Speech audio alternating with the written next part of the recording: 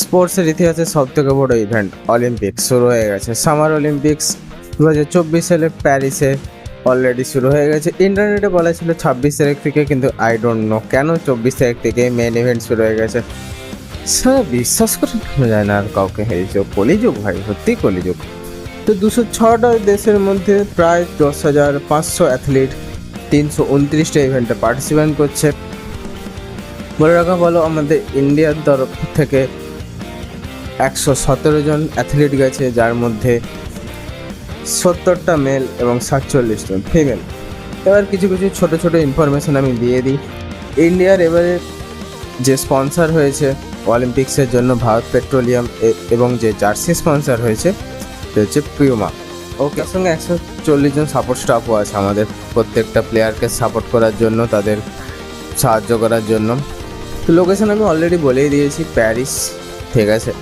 এই যে ম্যাসকট রয়েছে, ওকে, এই ম্যাসকটের নাম ভাই মানে ফ্রেঞ্চ নাম, প্রোনাউন্সিয়েশন দেওয়া হচ্ছে ফ্রেজেস, ছবি আমি দিয়ে দিয়েছি অলরেডি, সেই নিয়ে কোনো সমস্যা নেই।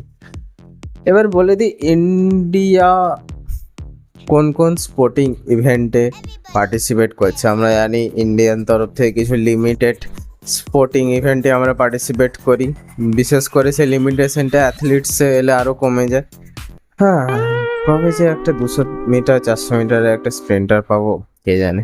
যাই হোক, ইন্ডিয়া যদি বলতে পারা যায় তাহলে মোটামুটি 16টা ইভেন্ট এবং 25টা ইভেন্ট। কেন বলছি, কারণ যে 16টা ইভেন্ট আমি বলছি তার মধ্যে অ্যাথলিটস একটা পড়ছে, অ্যাথলিটসের মধ্যে অনেকগুলো আছে, ঠিক আছে, অনেকগুলো, আই মিন সবগুলো তো ইন্ডিয়া পার্টিসিপেট করছে না। স্প্রিন্টিংয়ে নেই, ইন্ডিয়া ফুটবলে নেই, তো অ্যাথলিটসের মধ্যে যে যেগুলোতে পার্টিসিপেট করবে সেটা আমরা লাস্টে বলবো। ওকে, তো প্রথম যেটাতে করবে সেটা obviously table tennis, weight lifting, long tennis, wrestling, shooting, swimming, hockey, judo, rowing, rowing মানে বোট রোয়িং, ঠিক আছে, ওটা মেবি ডাবল হয়।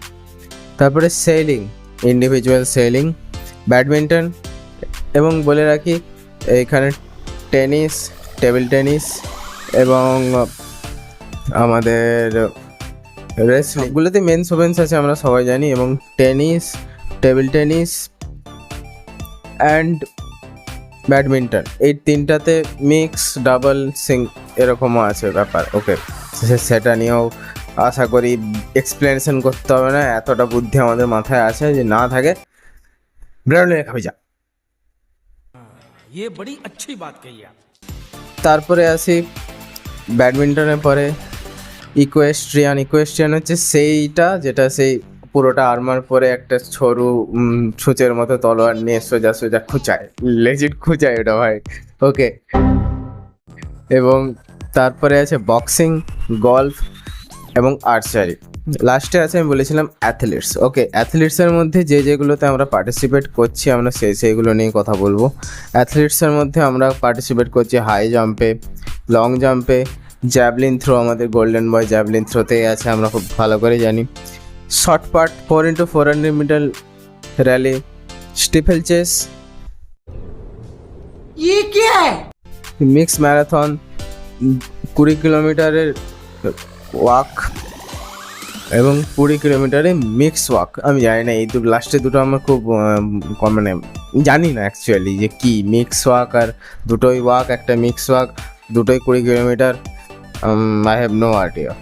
আর যেটা স্টিফেল ক্লাস বললাম ওটা হবে 3 kilometre, I mean 3000 metre.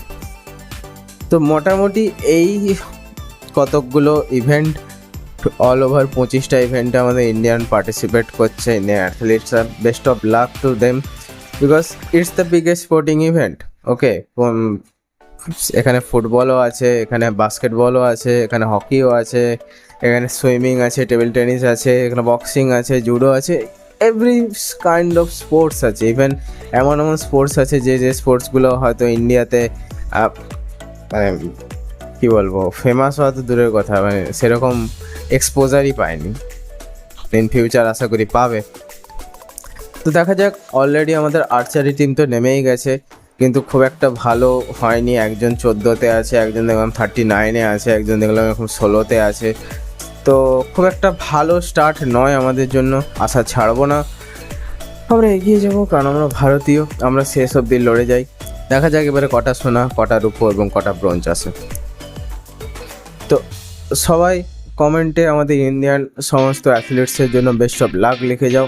Video ভালো লাগলে ভিডিওকে লাইক করো এবং আমার এই গোট ওয়ালের কাছে ইন্সপায়ার হয়ে ভাইকে সাপোর্ট করো। ভাই এখন প্রত্যেক স্পোর্টিং ইভেন্টে তোমাদের নতুন নতুন ভিডিও আনবে।